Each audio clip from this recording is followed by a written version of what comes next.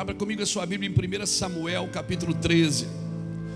Querido, não se importe de ser mal interpretado, muitas vezes de ser rejeitado, criticado na sua geração.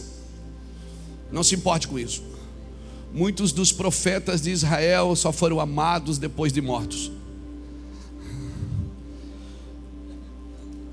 Que alívio, né? Muitos profetas só foram amados depois de mortos. Então não se preocupe de ser às vezes mal interpretado, que às vezes seu coração diz uma coisa, mas a sua boca às vezes ela fala outra. E ainda que a Bíblia diz que a boca fala o que está no coração, mas a forma às vezes de colocar pode não ser a forma mais correta. Mas uma coisa eu tenho aprendido: Deus tem compromisso com a profecia. Deus tem compromisso com a profecia e não com os cenários que oscilam de tempo em tempo. Então, até as coisas, às vezes a gente está vivendo uma guerra dessa aí, uma situação dessa que a gente está vivendo entre a Rússia e a Ucrânia, que afeta o mundo, afeta a economia mundial, afeta as pessoas dizem: meu Deus, e agora a guerra? Irmão, a igreja já passou por isso. Em várias ocasiões, em várias situações, em várias gerações, a igreja já viveu isso. O que a gente precisa fazer é como a igreja. Mas pandemia, pastor, meu irmão, a igreja já viveu isso. A igreja já viveu isso na Europa, já viveu isso na África, né? A peste bubônica, as pestes que assolaram o mundo. O que a gente precisa fazer é estudar como a igreja passou por esses períodos na época em que ela viveu. E procurar fazer o que é realmente dela, o que ela realmente fez naqueles dias. A igreja, ela tem um papel importante em todo cenário. E Deus, irmãos, Deus fala uma vez. Eu sou o cara que Deus só precisa falar uma vez. Eu levo tempo para entender, mas quando Deus fala, acabou. Assim, Deus não precisa ficar repetindo, porque a palavra do Senhor, ela ecoa na eternidade. Se Deus precisa ficar repetindo, é porque você não está prestando atenção. Deus fala uma vez, irmão. Só que entre Deus falar e Deus fazer tem um hiato ali no meio. Tem um período, e essa palavra é para atrair você para Deus. A palavra não volta vazia, ela prospera para aquilo que foi designada. E nós precisamos entender isso, né? Jesus sempre falou a partir da natureza dele, não do cenário que ele estava vivendo. As pessoas agora ficam perguntando: o que é que você acha disso? O que é que você acha dessa guerra? O que é que você acha da eleição? O que é que você acha? Meu irmão, Jesus sempre respondia a partir da sua natureza, não do que ele achava. E a natureza de Jesus, ela é eterna. E a natureza da igreja é eterna. E a gente precisa entender que Jesus sempre respondia às questões. Quando era questionado, ele sempre respondia a partir da natureza que ele veio, não do cenário que ele estava inserido. Às vezes você é inserido num cenário e você quer responder segundo a necessidade do cenário e não segundo a sua natureza. Amém? Cenários oscilam, irmãos. Cenários mudam de tempo em tempo. Então, quando você for questionado acerca da sua fé, acerca do seu comportamento, acerca daquilo que você acha, o que é que a igreja deve fazer nesses dias, né? O cenário sempre esteve aí. O que nós precisamos viver é a partir da nossa natureza. Então eu confesso para você uma coisa: nesses dias, a palavra que eu tenho recebido do Senhor, ou seja, eu estou muito mais afim de ajudar a recomeçar algo do que ficar julgando por que se perdeu. Eu estou muito mais afim de colocar meu ombro debaixo da arca e ajudar a recomeçar algo do que ficar julgando e estudando por que se perdeu. Eu estou afim, Gladys, de meter a mão no arado e não ficar perguntando: mas você conhece, você sabe disso, você viu? Eu quero ajudar a recomeçar. Alguém um dia me ajudou a recomeçar. Alguém um dia foi na boca de drogas me tirar de lá. Alguém um dia abriu a sua casa, colocou um colchão na sala e me pôs a dormir ali. Alguém um dia foi na minha casa levar uma cesta básica. Alguém um dia foi na minha vida e me aconselhou coisas que eu estou vivendo hoje, que talvez para ele não servia, mas para mim está servindo. Então, se a gente não ajudar a recomeçar, não fica nos extremos julgando porque se perdeu. Jesus, ele era chamado de blasfemo pelos fariseus. Jesus era chamado de blasfemos pelos fariseus, sabe por quê?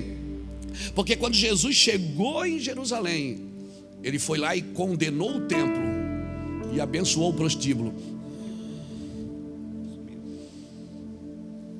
Nós, como igreja, deixa eu explicar isso para não, né?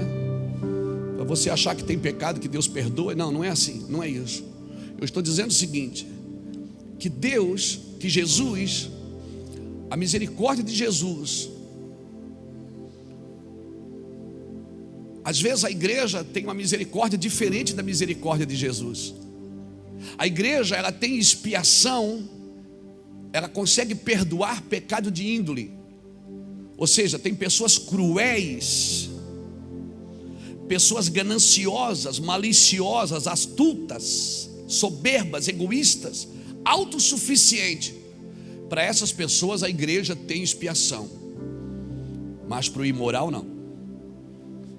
A igreja não tem expiação para o cara que assiste pornografia, para a mulher que está perdida na prostituição. Por quê? Porque nós temos dificuldade de expiar pecados públicos. Então por isso que Jesus era chamado de blasfemo pelos fariseus. Por quê?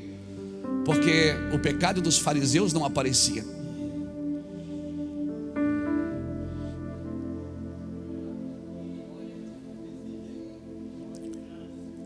A igreja não tem expiação para pecados de imoralidade e de paixão, com a mesma intensidade que tem para pecados de índole. Agora pasmem, o pecado de índole sinaliza a falta de amor. A falta de amor. Eu não estou dizendo com isso que você pode ser um pecador adúltero, que Deus vai te perdoar. Não, eu não estou dizendo isso. Eu estou dizendo que a misericórdia de Jesus muitas vezes não tem a ver com a misericórdia da igreja. A igreja, a religião, ela condena coisas que ela não consegue controlar. Tudo que ela não controla, ela condena. Nós não estamos aqui para criar leis, nós estamos aqui para orar, para Deus mudar o coração de quem cria as leis. Nós não estamos aqui para beneficiar a igreja.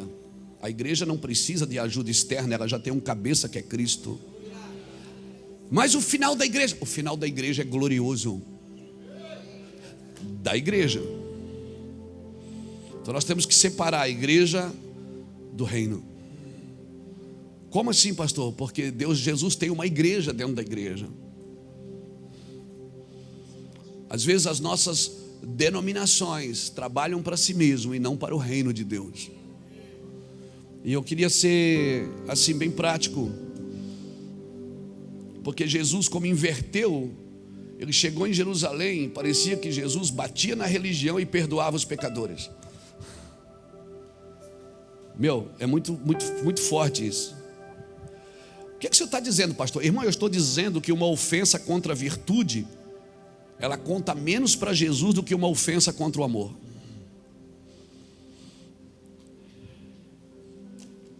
Pecado de índole está firmado na falta de amor.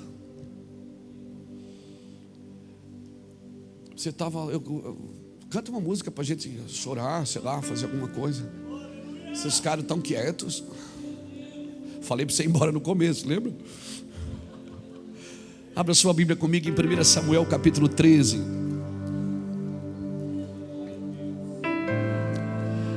Pastor, então o que é que eu faço com aqueles que têm temperamentos vingativos, rancorosos? O que é que eu faço com aquela pessoa que tem inveja, não suporta a alegria do outro? O que é que eu faço com a pessoa que tem língua amarga, amaldiçoadora, que ficam contentes consigo mesmo e ficam quando vê os outros em miséria? Isso é pecado de índole.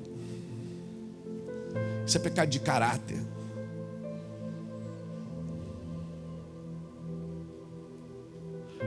Por isso que Jesus tinha mais facilidade de andar com o simples, o pecador.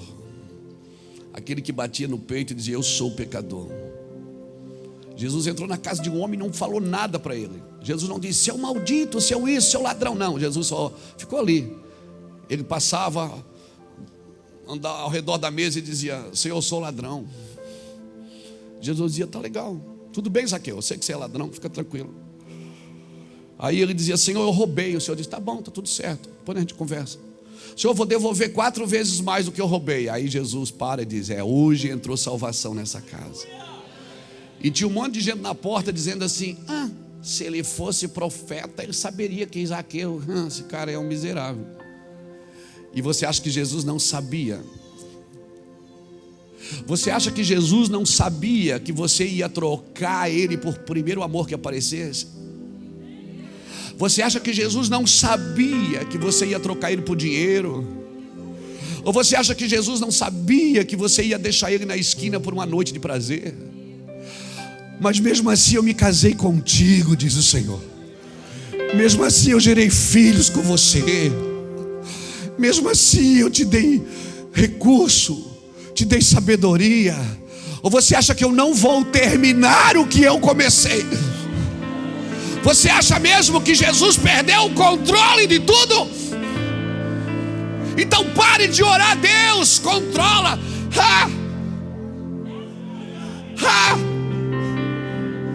Senhor, toma controle. Não ore mais assim. Você devia dizer: Deus, obrigado, porque eu sei que o Senhor está no controle de tudo. Ou você acha que eu não sabia que você era imoral?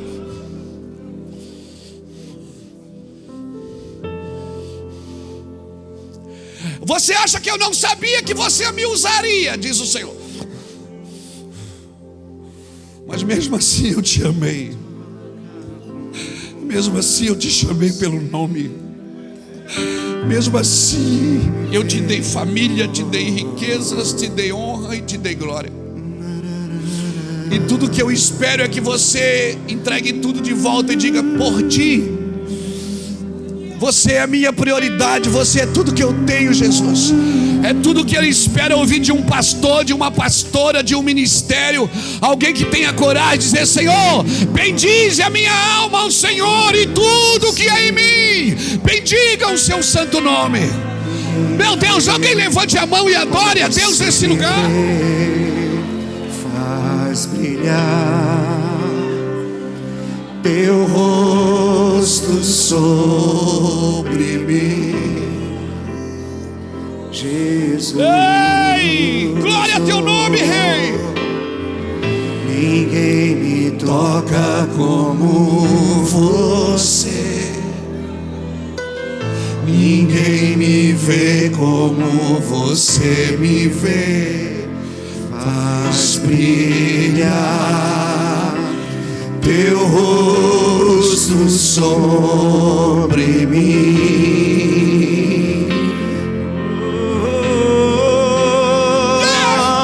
E o céu começa a se abrir, toda a terra se dobrou a ti.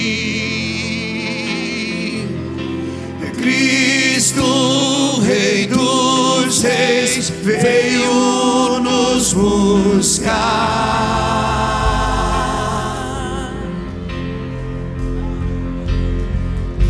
Leva-nos em tuas mãos pelas portas da cidade. Essa é a nossa esperança e alegria na Nova Jerusalém.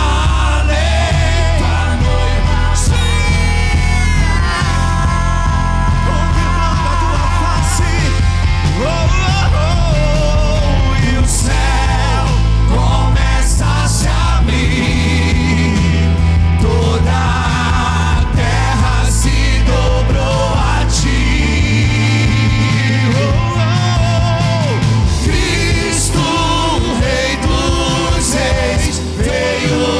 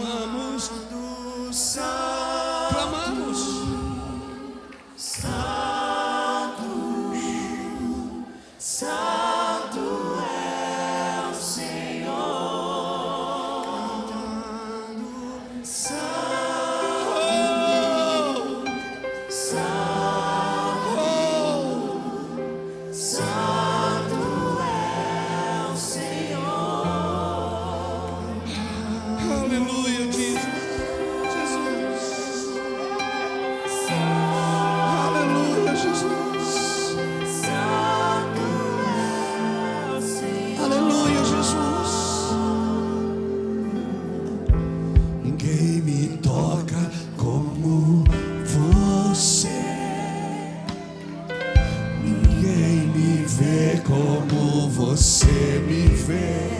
Tu me entende, Jesus? Tu me amas. Teu rosto sobre mim. Ah, tu me amas, Jesus.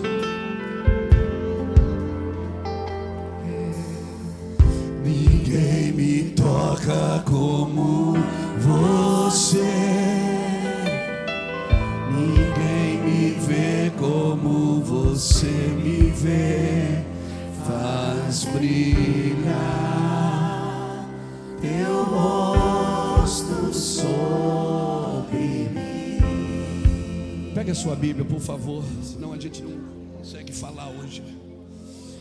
Eu também, se precisar falar, eu falo. Se não precisar também, eu fico só aqui. Tá bom demais. 1 Samuel capítulo 13 e o versículo 21, ou melhor, versículo 19.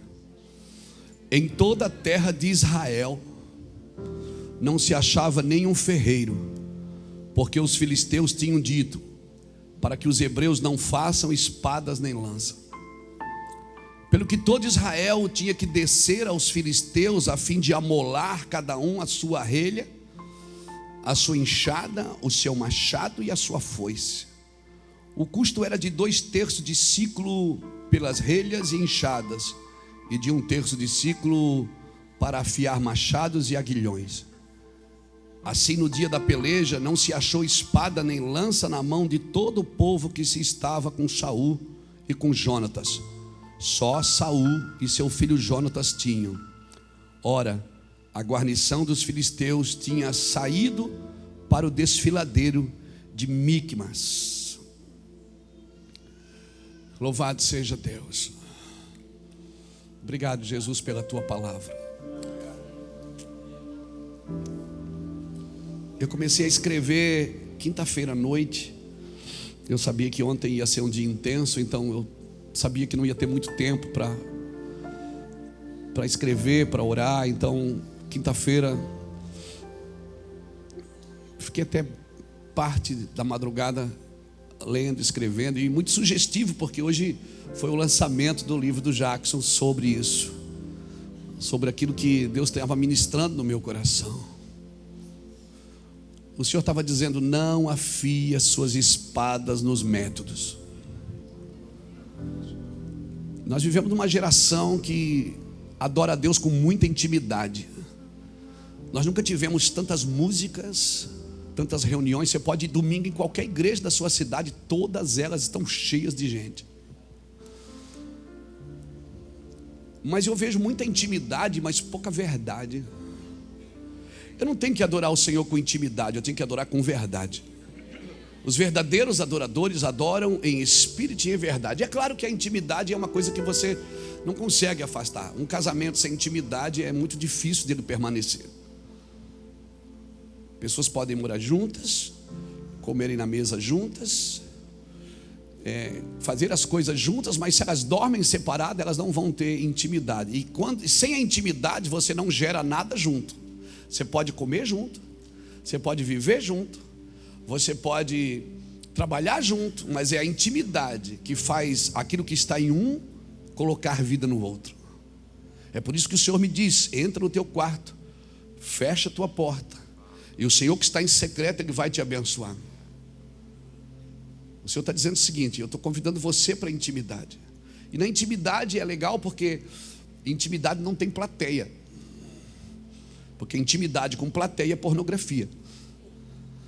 A intimidade é só você e Ele. E Ele faz o quê? Ele coloca a vida dele dentro de você. Por isso que se eu tento ter intimidade com coisas externas, é muito perigoso eu não gerar uma intimidade com o meu Senhor. Então eu tenho todos os rituais gospel evangélicos à minha disposição. Eu tenho a música boa, eu tenho o ministro abençoado, eu tenho o pregador eloquente, inteligente, eu tenho a igreja cheia, eu tenho a mídia a meu favor, eu tenho tudo, mas se não tiver o cheiro, meu amigo, eu só vou informar, eu não vou transmitir. A igreja do Senhor não precisa de mais informações acerca de Deus, até porque Deus você não estuda, você experimenta. Provai e vede que o Senhor é bom. Você tem que provar Deus. Uma pessoa que prova de Deus, ela tem o que dar para o outro. Senão ela vai dar só informações. Informações são importantes, porque o meu povo se perde por falta de conhecimento. O conhecimento é importante, mas o conhecimento sem a vida, irmão. Por isso, a missão sem a vida, ela não vai levar você a lugar nenhum. A leitura sem a vida, ela não vai levar você a lugar nenhum. Jesus deixou claro que a letra mata, é o Espírito que vivifica.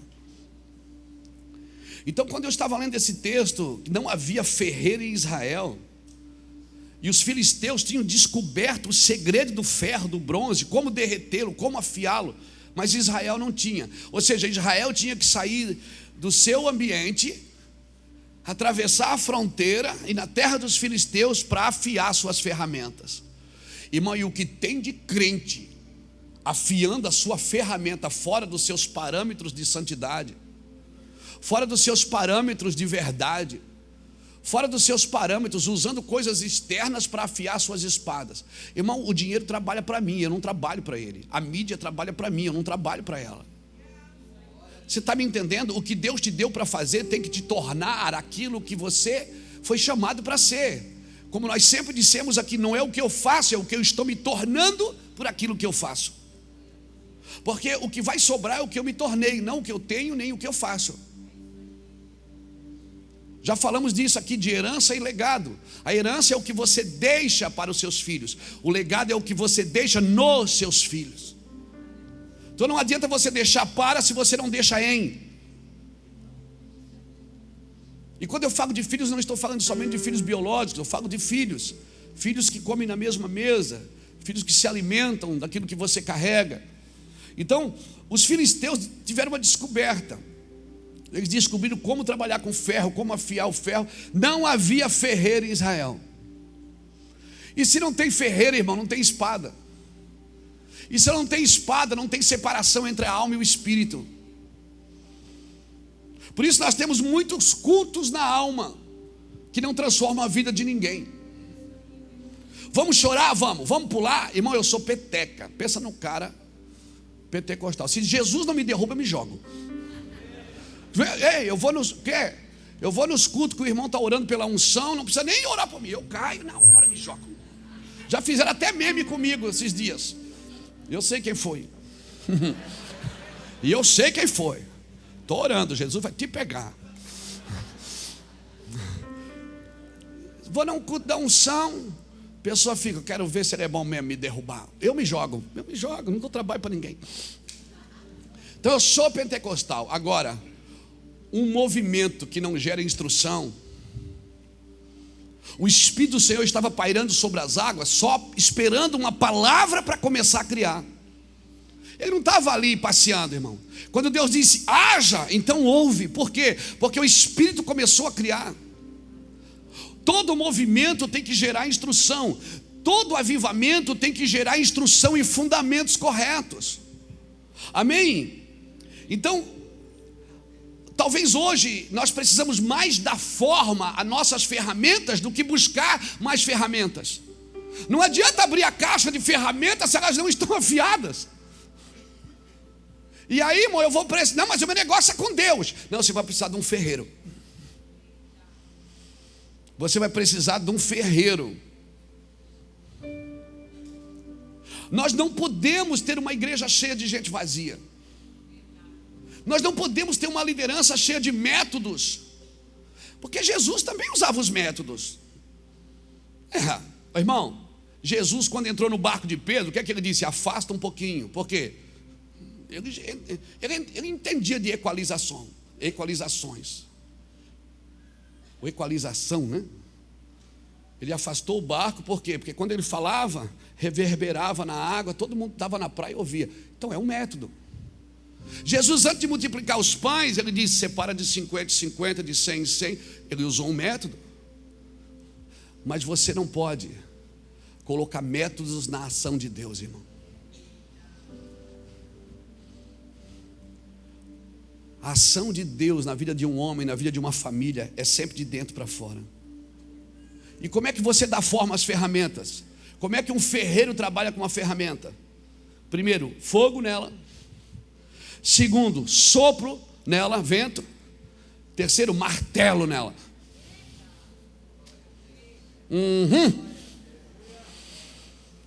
É fogo, então se prepara que vem vento e martelo.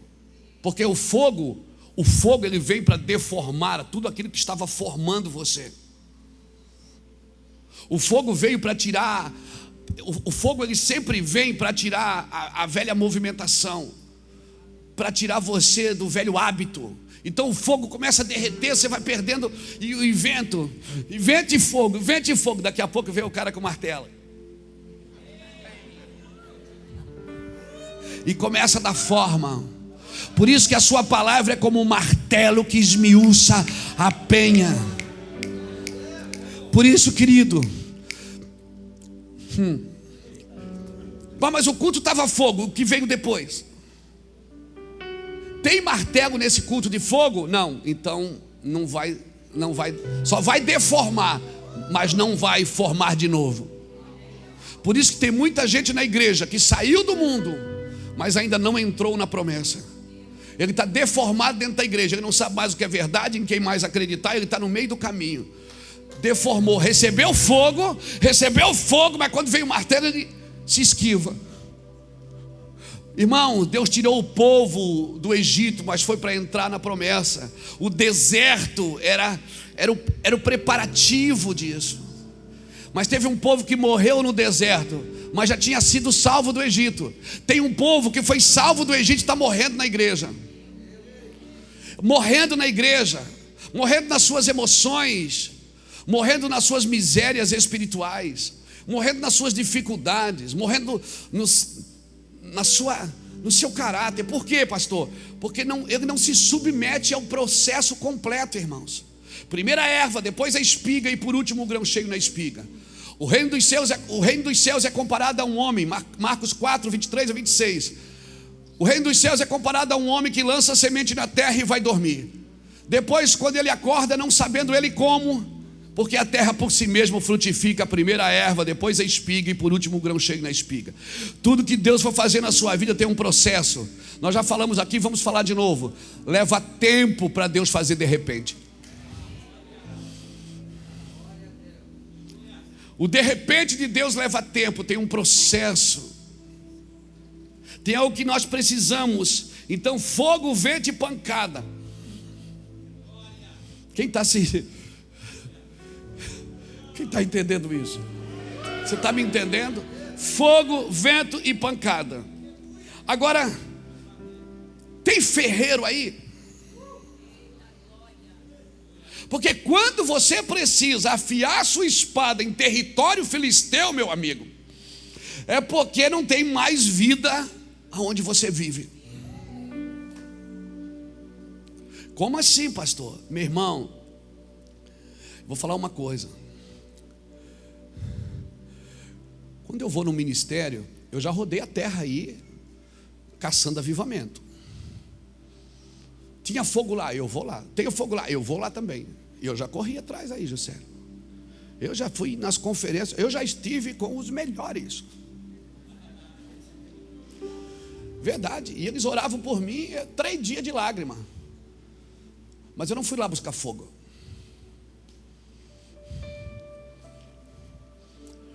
Porque o fogo só um pode dar. Não adianta acender foguinho. Não. Você não tem que produzir o que Deus mandou você atrair. Fogo você não produz. O fogo produzido pelo homem, pela religião, pelos métodos, vai queimar você e não derreter você. Eu sempre fui buscar marreta.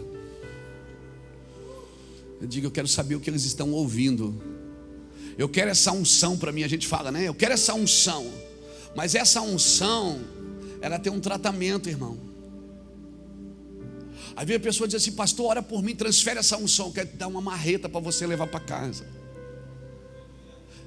Todos nós precisamos de alguém, irmãos, para ser ministrado. Todos nós precisamos ser ministrado e submetido. Todos nós precisamos ouvir, ser confrontado.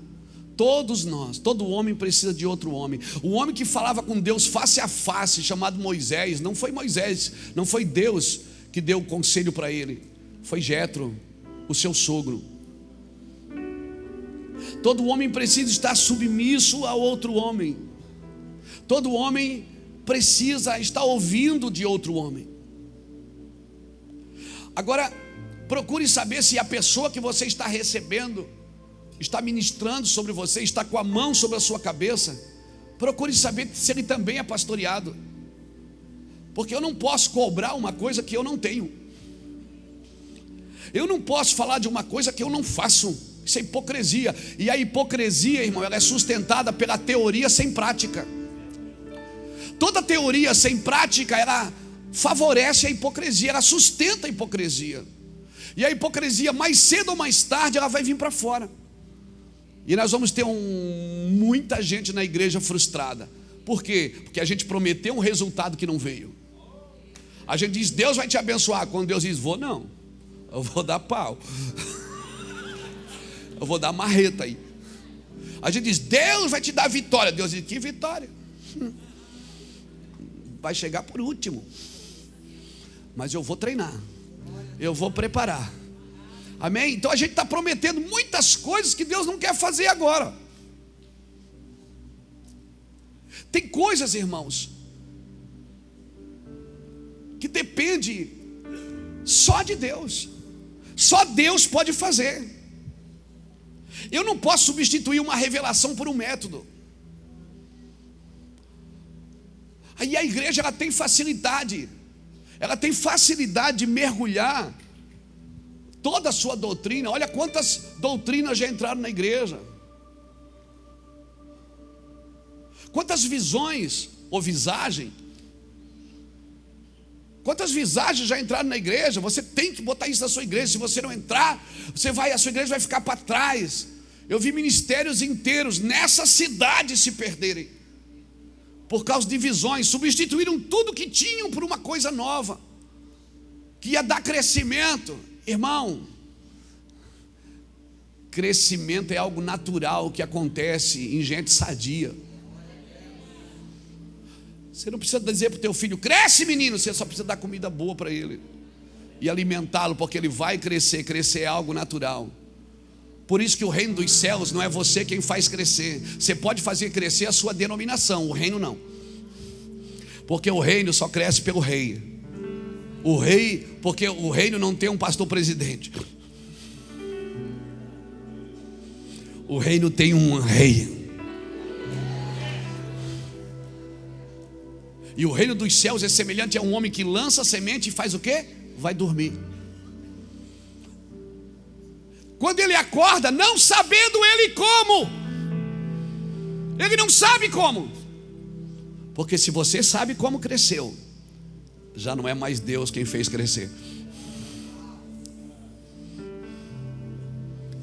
Então como é que a sua igreja cresceu? A minha igreja cresceu porque nós temos isso, temos aquilo, temos tem o meu livro que é best-seller agora, aleluia.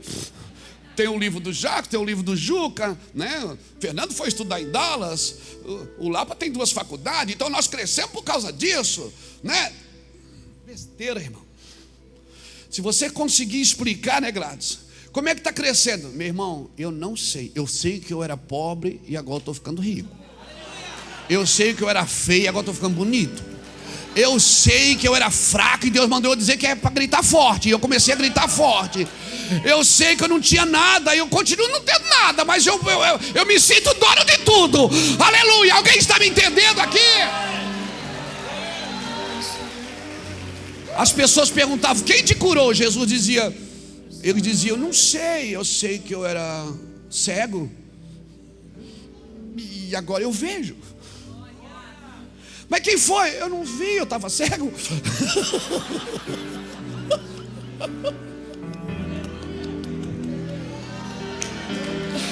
Eu não vi, eu estava cego, daí eu abri os olhos.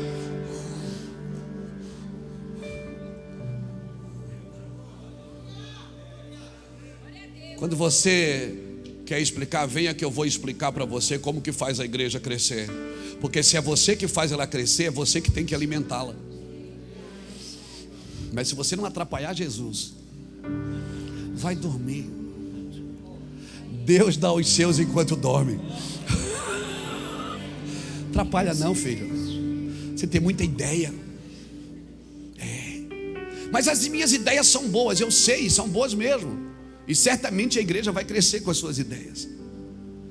Mas elas podem estar roubando você de um lugar de paz, de um lugar onde você não precisa atravessar a fronteira para ir afiar suas espadas.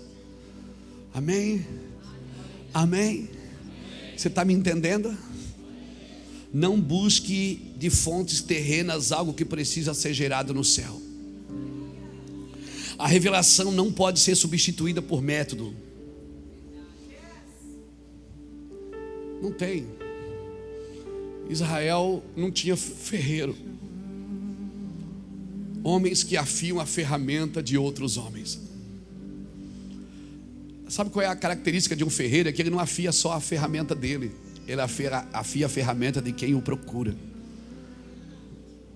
Ele está sempre, ele liga o esmerilho e vai afiar a ferramenta de todo mundo. E sabe quando você procura um ferreiro, sabe o que acontece com as suas ferramentas? Parte delas ficam lá.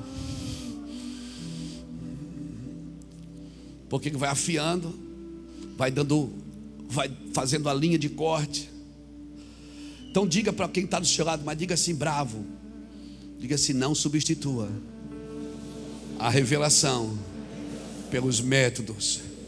Diga assim, Deus te disse, creia, vai dormir, não atrapalhe. Porque quando você acordar, vai estar lá, primeiro a erva, depois a espiga, e por último o grão cheio na espiga. Ei, meu Deus, alguém está me entendendo aqui? Não substitua a revelação por métodos. Acrescente os métodos se for necessário. Porque não é pecado ter ideias, né? E como diz o Felipe Vilela, as ideias, as melhores ideias, elas sempre caminham com a falta de dinheiro. Porque às vezes você não tem o recurso, mas tem ideia. Não é verdade? Tem ideia. Tem muitas ideias boas, mas não tem o recurso para fazer. E às vezes, quando você tem muito recurso para fazer, às vezes as ideias não brotam. Porque você acomodou nos seus recursos. Você nunca pode ter mais dinheiro do que visão. Você tem que ser sempre mais visão do que dinheiro. Porque sempre que Deus pedir para você fazer algo, você nunca vai ter o dinheiro suficiente para fazer. Porque o recurso está sempre dentro do propósito. Nunca é o propósito dentro do recurso. Deus não te dá dinheiro para fazer, Ele te dá visão para fazer e depois te dá o recurso para fazer. E se você não fazer, aí você perde o recurso.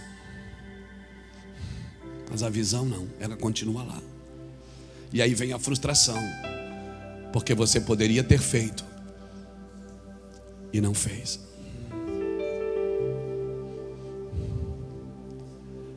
Então, por favor, não use os métodos, não coloque eles no lugar de Deus. Eles são auxiliadores da visão de Deus. Deus me chamou para representar, não para substituir. Não substitua. Deuteronômio 29, é claro, é a visão dessa casa, é a palavra, talvez o versículo que mais expõe os nossos corações. As coisas reveladas pertencem ao homem, mas as não reveladas pertencem ao Senhor. As coisas encobertas pertencem ao Senhor, porém as reveladas pertencem a nós e a nossos filhos para sempre, para que cumpramos todas as palavras dessa lei. Ponto. Primeiro, revelação é herança para os filhos. Revelação é herança para os filhos, não métodos. Seus filhos não herdam métodos, herdam revelação. Mas eu fui lá naquela igreja e copiei o método. Quando você copia o método, você anda na revelação do outro.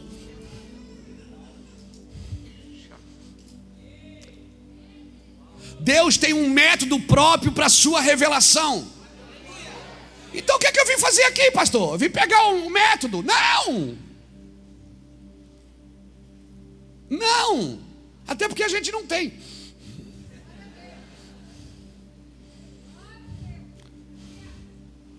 Quando você vai em um lugar para copiar só o método, você está caminhando na revelação do outro. Deus está dizendo o seguinte: entra no teu quarto e fecha a tua porta, eu quero colocar vida em você. Eu vou te dar revelações, sabe, revelações profundas do que eu quero que você faça aí, aonde você está. Então o meu trabalho aqui, irmãos, não é encher você de método. Não é dizer assim, ó, quem quer andar comigo, compra o livro do Jackson, que o livro do Jackson vai te dar métodos para ganhar dinheiro. O livro do Luiz Hermínio vai te dar isso. Olha, ouça a palavra do Juscelio. O Juscelio, quando fala para a família, rapaz, isso é doideira. Usa o método. Não, irmão, não existe método. O que existe é uma revelação para se mover. Os seus filhos não herdam método, eles herdam revelação. Porque se eu fosse herdar os métodos dos meus bisavós, o meu bisavô, irmão, ele tinha uma fazenda. O meu avô tinha uma chácara. O meu pai tem uma horta e eu tenho um abridor de lata. E peço comida no iFood. Não é assim? É? Meu filho liga às vezes, pai. Às vezes a gente está em alguma reunião, ele está em casa e diz, pai, eu vou pedir aqui uma comida, tá? Pede, filho. Então mudou os métodos.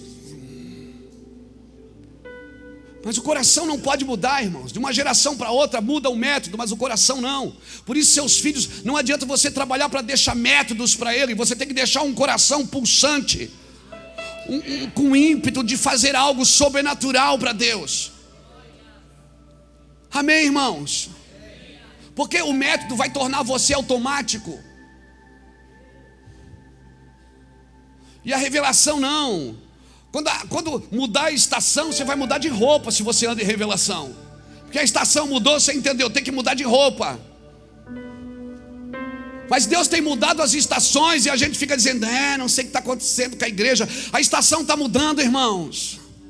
E nós estamos ainda nos velhos hábitos. Não, mas Deus quer inovar. Não é isso, irmãos, não é isso. Deus quer que a gente acorde para viver dentro desse cenário, com uma missão profética e uma missão apostólica, entendendo que esse cenário não pode me moldar. Eu estou dentro desse cenário para moldar. Daniel foi para a Babilônia e não foi moldado pela Babilônia, ele moldou Babilônia. O rei da Babilônia disse, ninguém adore outro Deus a não ser o Deus de Daniel. Daniel moldou a movimentação de uma nação inteira. José moldou a economia de uma nação inteira. Esther moldou a fortaleza de Suzã. Homens que estão entrando em lugares, aí a gente diz, não, mas você não pode, tem que cuidar com o mundo. O mundo. Um homem crucificado com Deus, ele não tem medo do mundo. Um homem crucificado com Cristo, ele não tem medo da política, não tem medo da economia, não tem medo de trabalhar no meio artístico, não tem medo de trabalhar no meio esportivo. Por quê? Porque ele é crucificado com Cristo. Ele não tem medo de entrar. Não, mas a igreja não pode se envolver. A igreja de métodos, ela não pode se envolver mesmo, porque ela vai pegar o método dos outros e aplicar nela.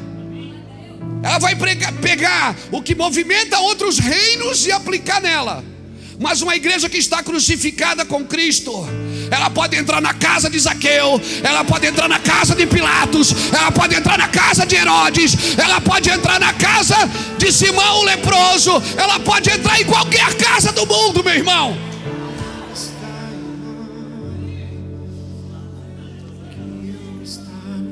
Então o que está faltando? Não, o mundo, Deus ama, irmão, Deus não aceitou Jesus e veio congregar na igreja evangélica, não. Deus ama o mundo. Aquela pessoa que você odeia, Deus ama ela. Essa pessoa que você não gosta dela, é essa que você lembrou dela agora. Jesus quer salvar ela.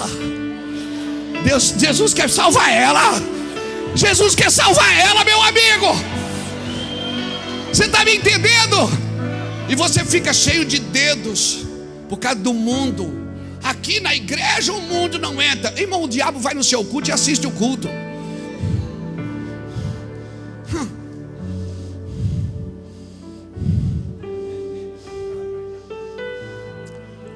Mas as portas do inferno não prevalecem. Deixa eu te falar uma coisa. Olha o recado. Jesus está dizendo que as portas do inferno não prevalecem. Então qual é o lugar da igreja? É na porta do inferno. Mas ela entra no culto de domingo, fecha as portas e diz: aqui o mundo não entra. A igreja que se preza, que está crucificada com Cristo, ela está na porta do inferno, metendo o pé na porta. Ela está indo lá dentro. Ela está indo lá dentro.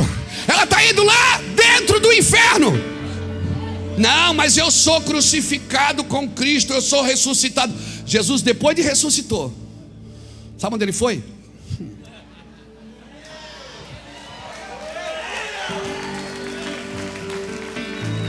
Depois que Jesus ressuscitou, sabe onde ele foi?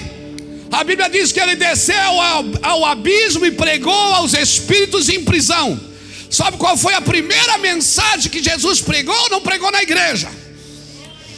Depois de ressuscitado, ele não pregou o primeiro sermão na igreja. Ele pregou no inferno. Cadê os homens que vão invadir as portas do inferno nessa geração? Cadê os homens que vão entrar, que vão abraçar o viciado, que vão abraçar a prostituta, que vão dar comida ao faminto, que vão pregar as pessoas que precisam de Cristo? Toda a vida, todo o poder, tudo que Deus tem para dar. Levanta sua mão assim, glorifica. Abrimos nossas vidas para receber, e nada mais nos resistirá. Maior é o que está do que o que está no mundo. Bem maior é o que está do que o que está no mundo. Tudo que Jesus conquistou na cruz é direito nosso, é nossa herança. Todas as bênçãos de Deus para nós tomamos posse, é nossa herança. Toda a vida, todo o poder, tudo que Deus tem para dar. Abrimos nossas vidas para receber, e nada mais nos resistirá. Maior é o que está.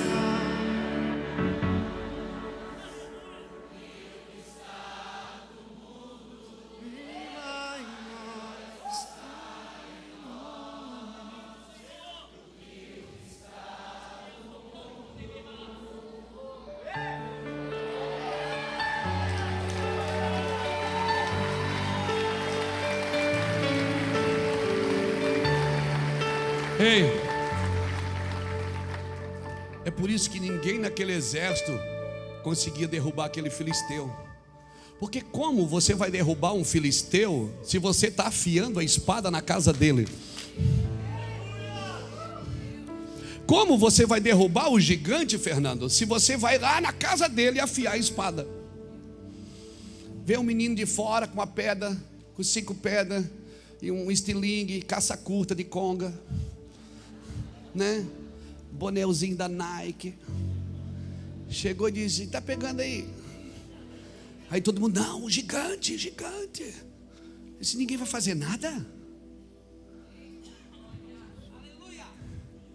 Sabe onde ele afiava as espadas dele?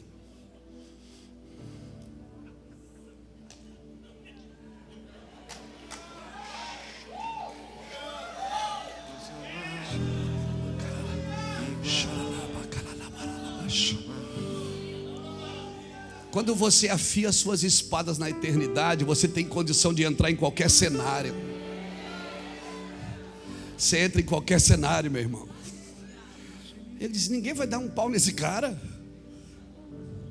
Ninguém vai derrubar esse flamenguista.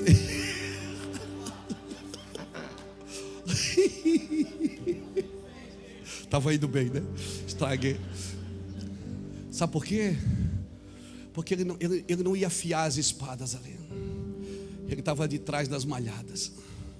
Estava lá escondido com Deus.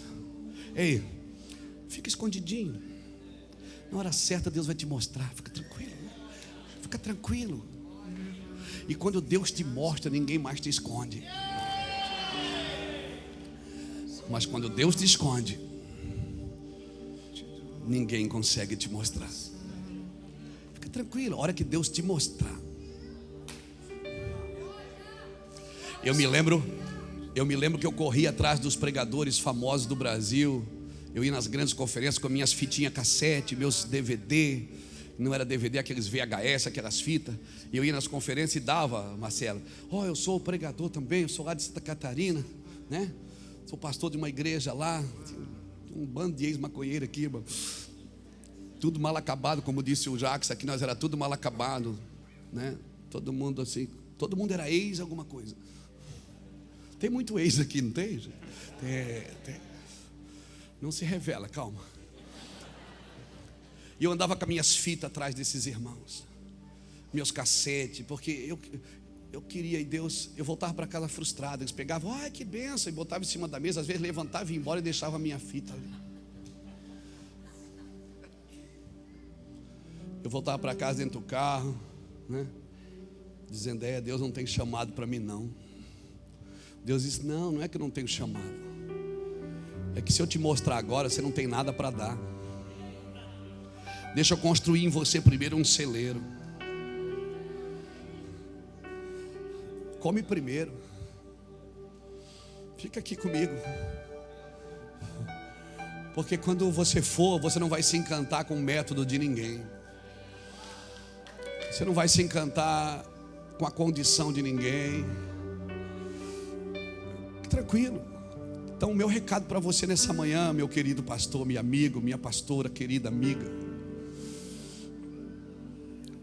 Deixa Deus construir em você primeiro.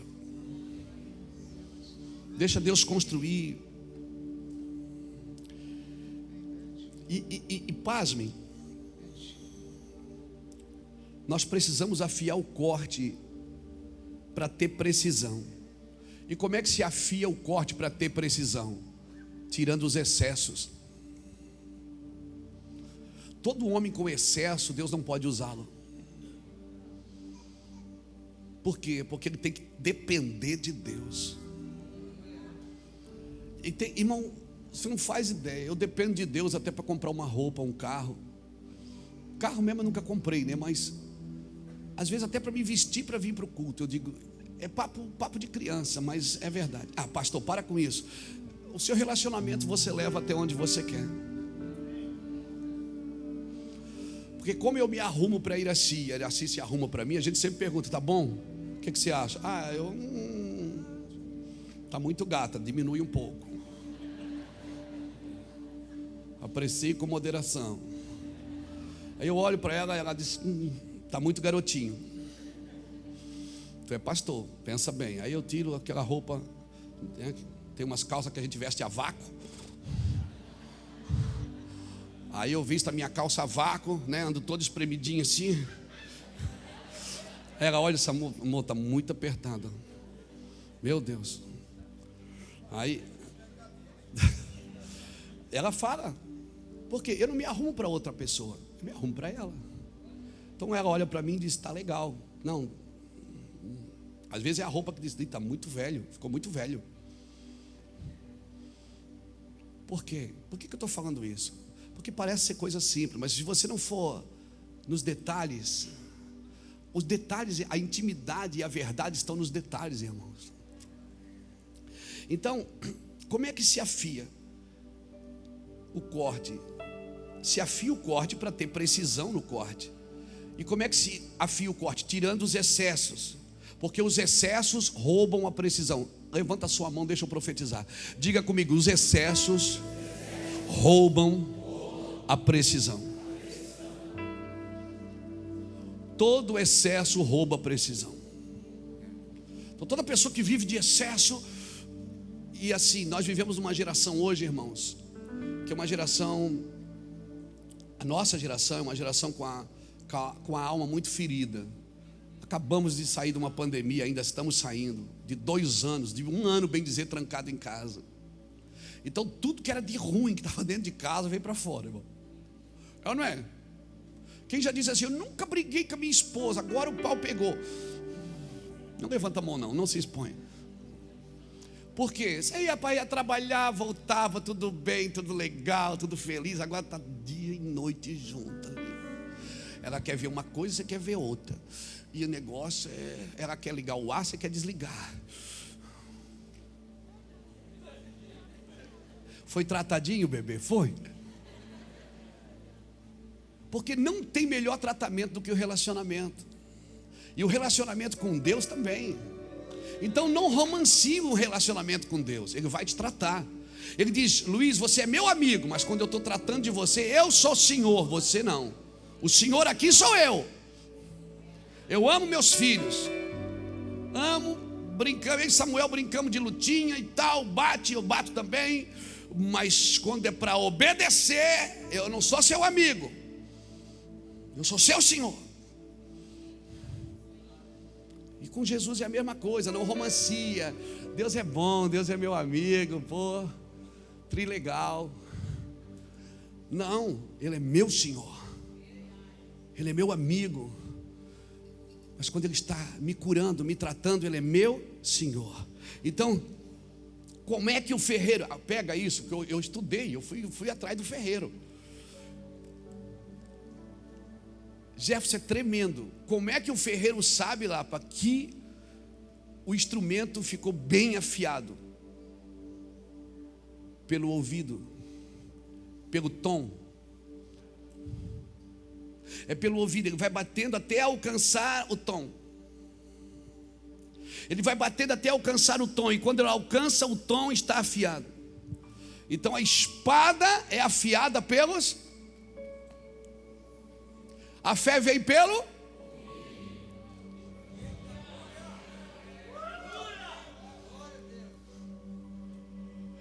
O ferreiro ele vai bater tom, tom, tom. Quanto mais agudo ele vai percebendo que se tornou afiado.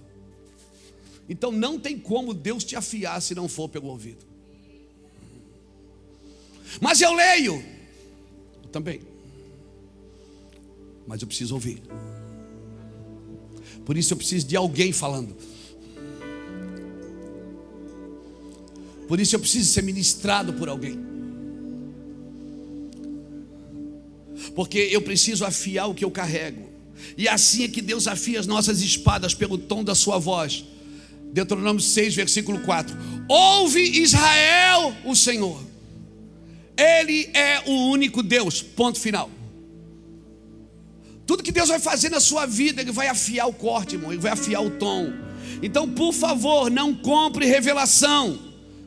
Nós não podemos comprar revelação. Não se pode comprar algo, deve ser gerado. Como disse o Cristiano aqui, como diz sempre o Vânios, como diz o Jackson, pegue os nossos ensinos, como diz o Beto no domingo de manhã, o Everton, o Ney, o Natan, pegue os nossos ensinos, mas por favor, não coloque métodos nele. Vai para o seu quarto, pega uma revelação que Deus tem para você. Se aquilo for bom, é bom. Se você tiver que escolher entre a sua revelação para aquele ambiente e o que nós estamos ensinando, pegue o que Deus deu primeiro. Sempre é assim, não compre revelação. Comprar revelação é decadência espiritual, meu irmão. É tentar achar em terra alheia o que tem na sua. Sabe qual é o nosso trabalho?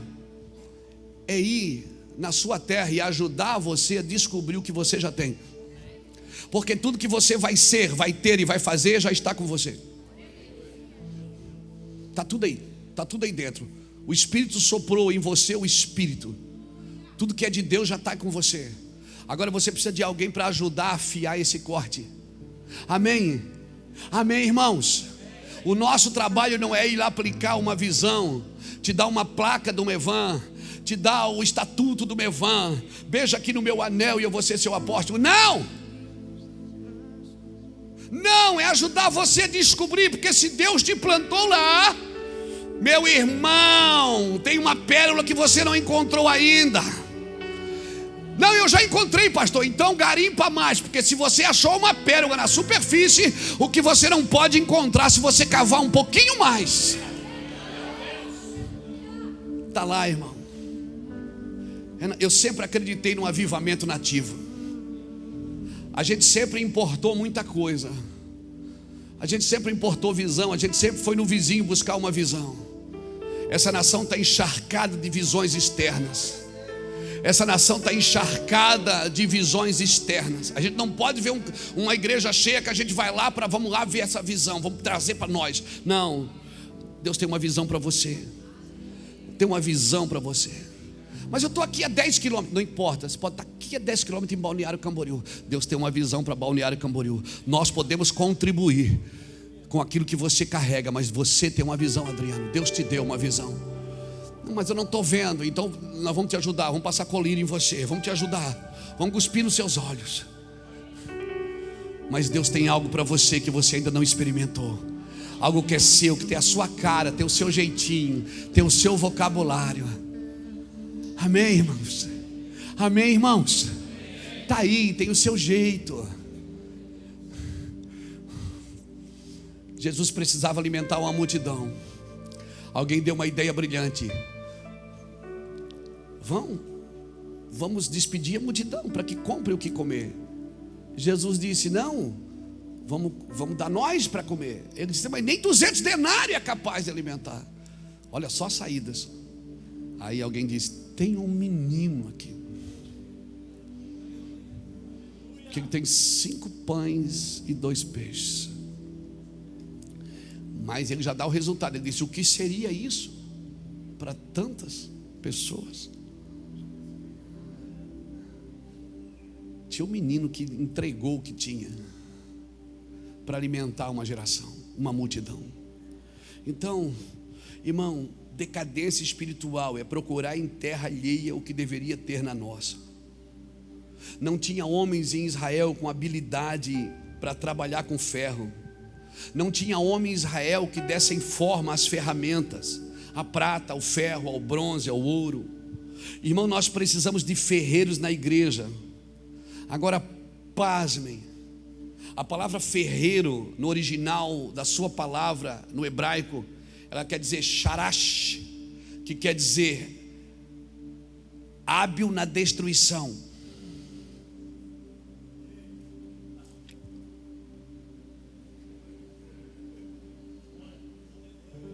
Então quando você encontrar um ferreiro, você acha que ele vai orar por você, vai te dar unção? Não, ele vai destruir primeiro os excessos.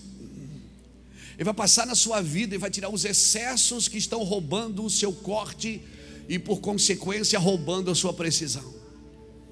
Então eu oro para ferreiros em todas as regiões do Brasil.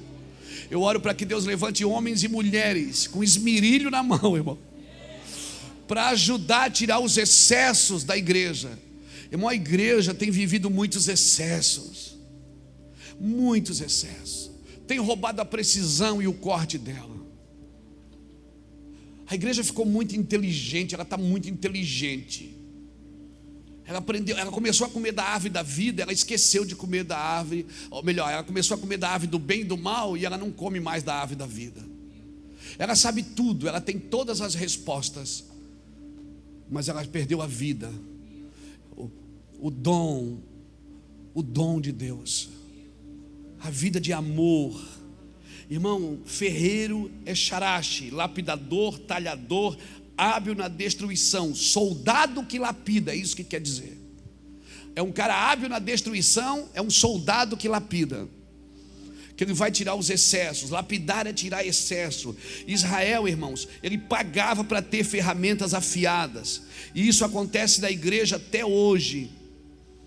Pessoas ainda pagam, preferem trazer alguém e pagar por uma revelação do que pagar um preço na sua igreja na sua denominação, fechar sua porta, irmãos. Reúna seus pastores, reúna seus líderes. Vamos orar, irmãos. Vamos estudar a palavra, vamos estudar as profecias. Vamos saber o que está por vir. E não tente adivinhar. Eu acho. Irmão, todo mundo acha alguma coisa. É uma narrativa de achismo.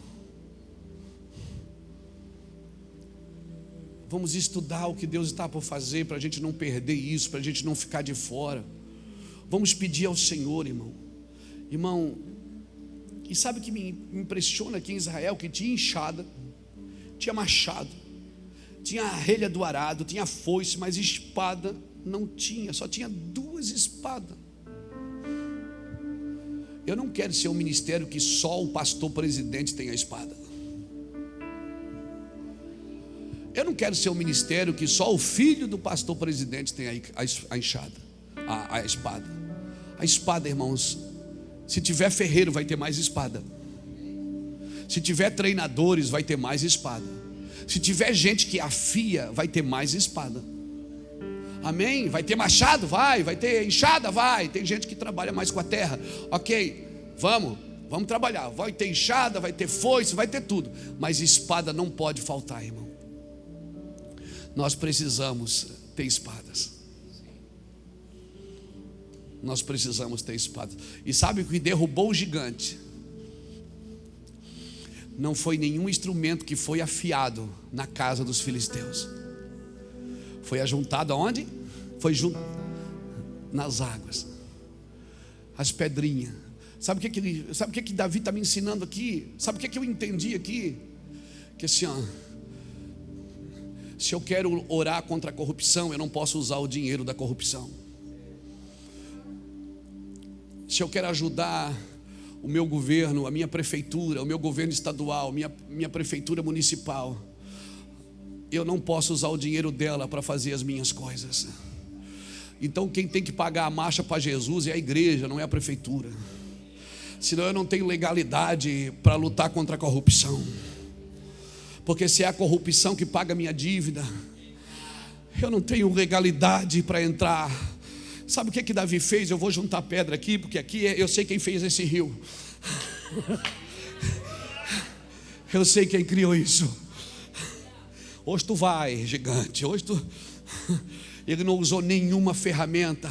Saul ainda tentou colocar uma armadura nele. Pega a minha espada, pega a ferramenta. Não vai.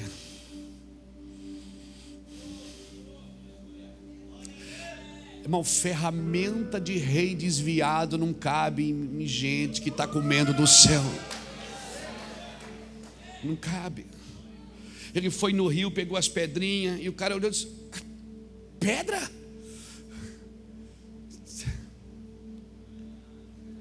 Ele diz: você é incircunciso. Eu não, eu tenho uma aliança. Você é incircunciso, eu tenho uma aliança. Você quer derrubar gigantes? Coma do céu. Coma do céu. Você quer derrubar gigantes? Coma do céu. Eu vou repetir: se você quiser derrubar gigantes, coma do céu. Depois ele pegou a própria espada do gigante, que já estava morto, e arrancou sua cabeça. Sabe o que ele estava dizendo? Hoje eu quebro o governo. Cabeça fala de governo. Eu quebro o governo que vocês tinham sobre as nossas armas, sobre as nossas ferramentas, sobre o nosso exército. Não é mais você, filisteu, que vai alimentar o nosso exército. Não é mais você, filisteu, que vai alimentar os nossos púlpitos com inteligência de plástico. As revelações estão voltando para o altar. As revelações estão voltando. Prega aí no seu espírito. As revelações estão voltando para o altar.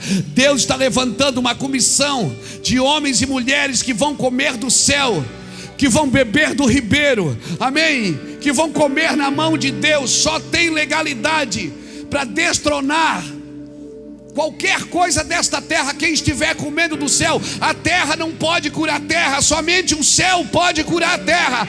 Então, meu Deus, levante sua mão. Venha teu reino, seja feita a tua vontade, aqui na terra como é no céu.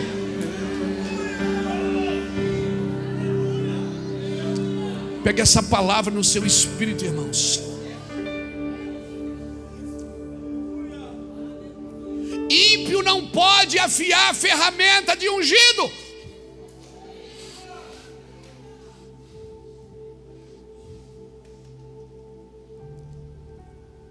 Ímpio não pode afiar a ferramenta do ungido. Ainda paga para molar, para afiar a ferramenta, para trabalhar na terra. Além de não ter arma de guerra, para arar a terra até tinha. Ainda usa os ímpios para afiar as suas espadas. Mas pastor, Israel tinha guerreiro. Tinha ou não tinha Israel? Tinha guerreiro, mas não tinha ferreiro. Do que adianta você ter uma igreja cheia de guerreiro se não tem ferreiro para tirar os excessos? Do que adianta? Mas esse aqui estudou, aquele ali aprendeu, esse aqui vai às nações, esse aqui, mas é só guerreiro e guerreira que tem nessa casa. Mas tem ferreiro para afiar o corte? Não. Então, meu irmão, não adianta ter guerreiro se não tem ferreiro. Eu oro para que os ferreiros voltem para a obra de Deus. Eu oro para que a gente valorize os mestres da casa. Eu oro para que a gente valorize quem recebeu uma unção de mestre para ensinar, para dizer não, é demais, calma. Eu oro por mestres ungidos que vão orar em línguas, que as suas aulas vão virar, oh meu Deus, vai virar unção pura, fogo, vento e martelo, fogo, vento e martelo. Então vai num culto, se você perceber naquele culto, mas tinha fogo, tinha vento, tinha martelo? Não, tinha fogo. Não, só fogo deforma. Tira o velho modelo, mas não forma o novo. Mas tem fogo, mas não tem martelo.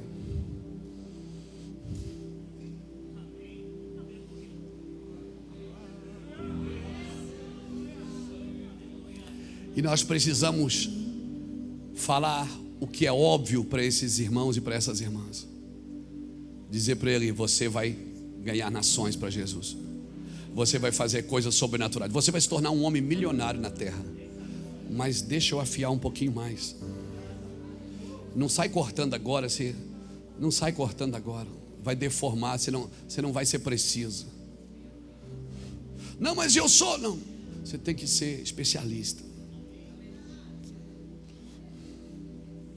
Não se faz cirurgia no pronto-socorro.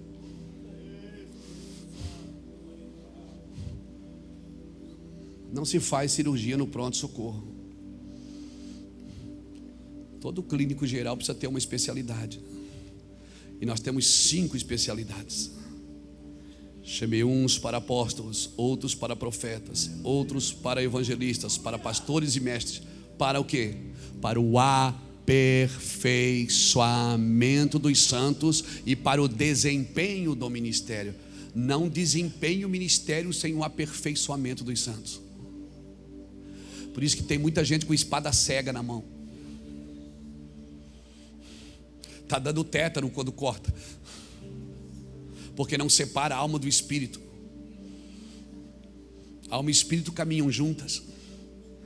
Então a faca tá cega, irmão. O bisturi está cego. Tem uma espada. O que eu preciso fazer?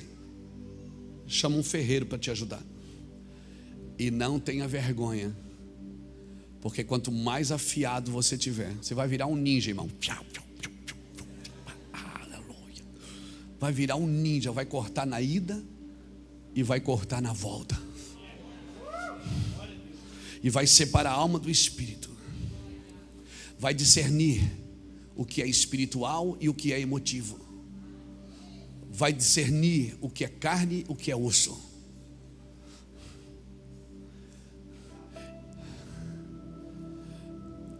Essa manhã, irmãos, o Senhor está falando conosco.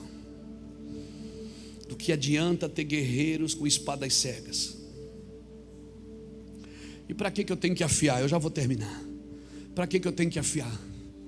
Para tomar a terra alheia. Se eu Se eu for afiar minha espada na casa do filisteu, é ele que vai tomar a terra. Mas se eu afiar minha espada, está vendo o que Deus está fazendo? Está vendo?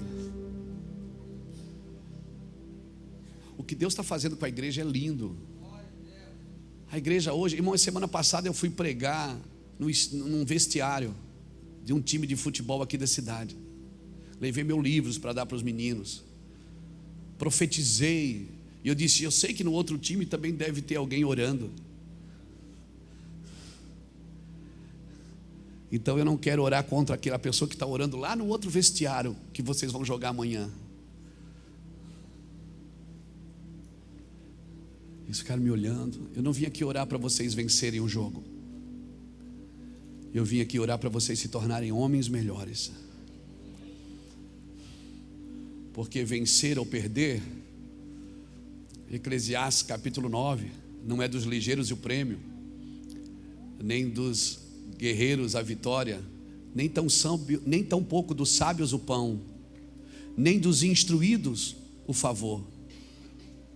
Mas isso acontece para todos. Deus dá oportunidade para todos. Como eu represento? Como eu represento? Como? Irmãos, o Senhor está preparando a igreja com fogo, vento e martelo, com poder, com unção, com confronto, porque sem corte. Eclesiastes capítulo 10, versículo 10. Não tiver afiado o machado, tem que se pôr mais força. O machado sem corte, ele não tem força. Por favor, treine os seus instintos na presença de Deus. Treine o seu espírito para ouvir, e assim você vai viver o mover do Espírito. Não deixe a ajuda externa tirar você da realidade de Deus. Por favor, não deixe. Não deixe. Para encerrar, deixa eu ler uma profecia para você. Zacarias capítulo 1, versículo 18 até o 21. Diz assim: então levantei os olhos e vi 4 chifres de animais. O que significa esses chifres? Perguntei ao anjo que falava comigo. Ele respondeu: estes chifres representam as nações que dispersarão Judá, Israel e Jerusalém. Então o Senhor me mostrou 4 ferreiros. O que estes homens vieram fazer? Eu perguntei. O anjo respondeu: os 4 chifres são as nações que humilharão Judá. Agora os ferreiros vieram para aterrorizar e destruir essas nações. Sabe quem Deus vai usar para guardar Israel? Não são os pregadores do evangelho, são os ferreiros. Deus vai usar ferreiros para proteger Israel. Homens instruídos, homens que vão tirar excessos. Então, assim, talvez, irmãos, posso dar um conselho para você de amigo? Os próximos dias que você for orar, não peça para Deus te dar. Deus me dá isso, Deus me dá aquilo. Diga assim: Deus, vê se há em mim algum mal. Crie em mim um coração puro. Tira de mim os excessos, Senhor. Tira de mim aquilo que eu acho que é bênção e tem sido um peso na vida dos outros. Tira de mim, Senhor Deus, aquilo que eu tenho usado para a Tua glória. E às vezes, quer saber, irmão, não é nem maldade da gente. É que a gente costuma botar carga na gente que não tem nada a ver com a gente. Eu quero, com muito cuidado, deixar essa palavra ao seu coração. Nós vamos orar. E eu queria que você levasse essa palavra para o seu ministério, para a sua igreja. Nós estamos aqui, irmãos. A gente não tem muito, mas o esmerilho é bom. O esmerilho é bom e vai te ajudar, assim como tem ajudado a gente. A gente está em pleno trabalho de parto. Em pleno. Quando o povo foi buscar Davi, em 2 Samuel capítulo 5, e o povo foi lá em Hebrom e disse: Davi, vem governar sobre nós. o povo pediu: Davi, vem governar sobre nós. E o povo disse por que queria que Davi viesse governar. Está escrito lá, ele disse: porque quando Saul era rei, era tu que saía na frente. Ele estava dizendo o seguinte: o governo era de Saul, mas a liderança era tua, Davi. Então, assim, um governo que só vive de métodos vai perder para uma liderança que ouve a Deus. Por isso você vai ver nos próximos dias muitas transições no mundo cristão, muitas modificações na vida da igreja. E eu estou profetizando: Davi vem governar sobre nós, Davi, porque você arrancou a cabeça daquele gigante, você tirou o governo daquele povo que decidia se afiava ou não as nossas ferramentas. Davi, quando você cortou a cabeça do gigante, você quebrou um legado ali, você cortou um legado sobre nós.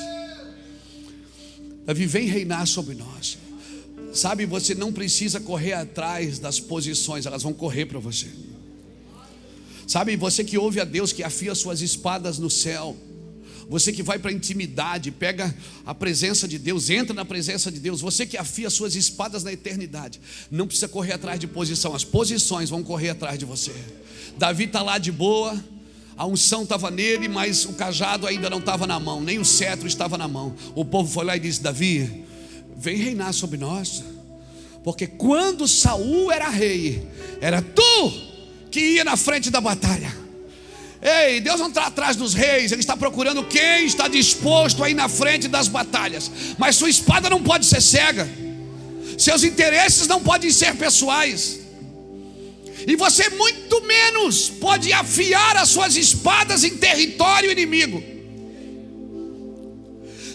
Você não afia as suas espadas na política, é você que afia a espada política. Você não afia as suas espadas no negócio, é você que entra nos negócios para afiar a espada de quem está lá. Você não afia a sua espada na arte, é você que entra na arte para dizer: eu tenho algo que pode modificar isso. Você é um remidor, meu amigo, e eu quero declarar que Deus vai te levar em lugares para remir, para afiar a espada de muitas pessoas. Amém, mas primeiro Deus vai afiar a sua, vai melhorar seu corte, vai afiar a sua linguagem, vai afiar os seus olhos, vai afiar os seus ouvidos, até que você ouça o que Deus tem para fazer na sua vida. E depois que você tiver afiado, então você pode dizer: pode vir, porque é ferro afiando ferro. Levante a sua mão e aplauda o Senhor por isso. Vem. Vem. Alguém está disposto a afiar suas espadas? Vem, Jesus, toma o teu lugar. Oh, vem, Jesus, e toma o teu lugar. Oh, vem, Jesus, e toma o teu lugar.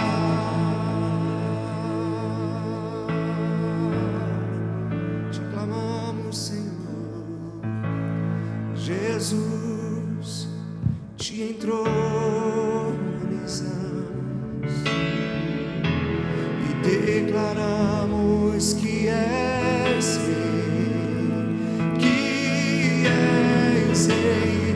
Tu estás no meio de nós e te exaltamos com louvores.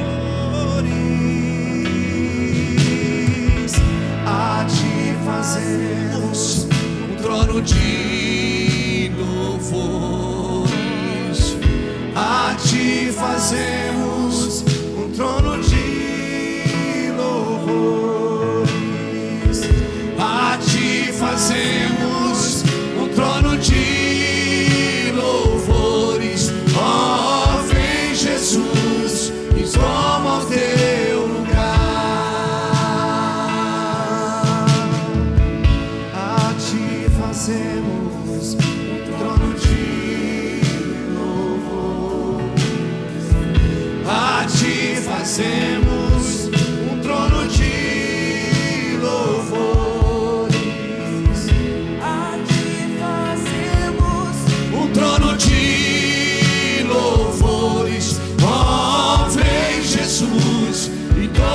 teu lugar.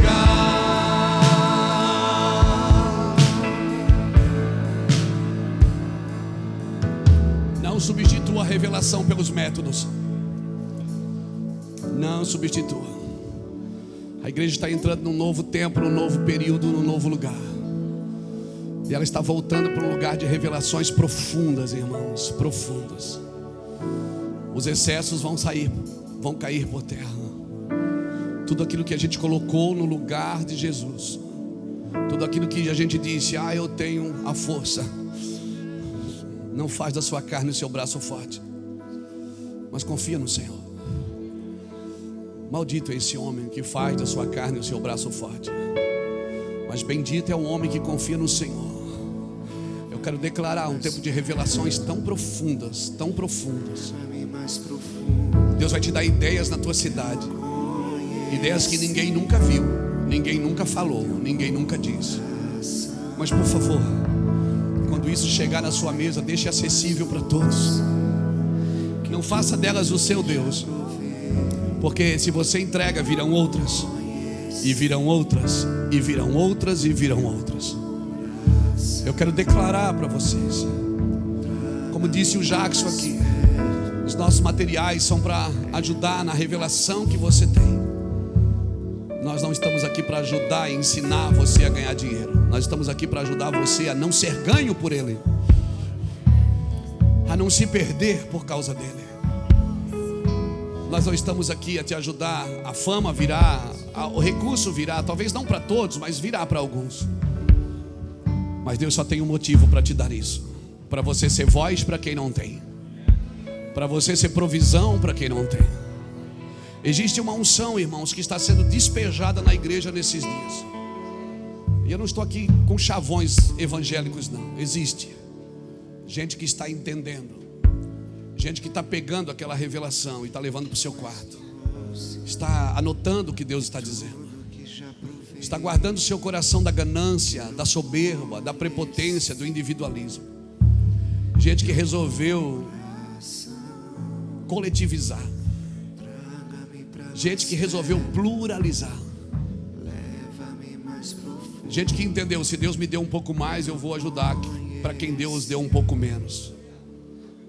Deus, Ele ama e celebra a individualidade, mas Ele abomina o individualismo.